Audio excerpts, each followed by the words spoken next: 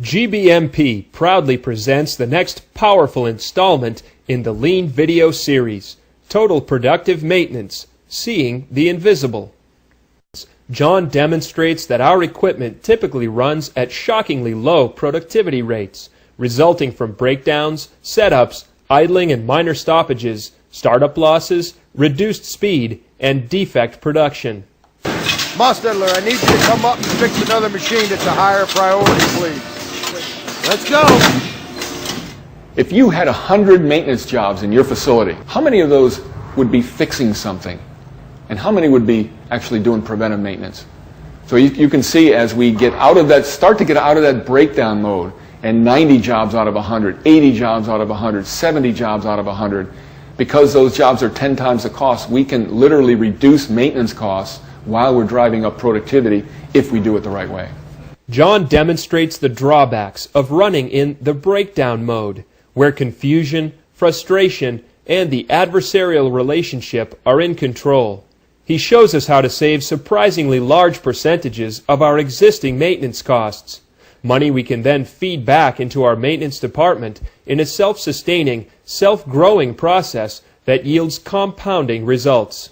We actually had our production increase over the time frame that we started the TPM process, and it was easy for me to convince my boss that there is merit in this. In Phase 1, John shows us how to stabilize the failure interval by getting our equipment back to its original condition.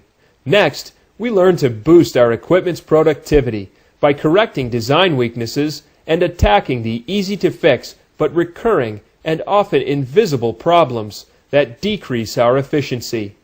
Then, John maps out the path to maintenance excellence with concepts like maintenance mapping and condition-based maintenance. And finally, we learn to predict the equipment life using predictive tools only after we've harvested the low-hanging fruit of the other three phases. Ideas like proper lubrication, contamination prevention, daily inspection, equipment visuals, maintenance history, skills matrices, lubrication excellence, and standard work are all put in clear, straightforward terms. Equipment visuals could be marking gauges with a green overlay so we know immediately what the pressure should be. It could be marking lube levels. Do we collect good failure history? Typically across the United States, we do not collect good history. So a countermeasure would say, how do we keep that motor from becoming contaminated again? In true GBMP style, the video creates a series of aha moments in the mind of the viewer, bringing us to the understanding that we have a variety of good opportunities in front of us right now to cut the waste from our maintenance process and to win more buy-in from our employees. Where'd this come from? It's a great piece of equipment. I was in a hurry and I had to order.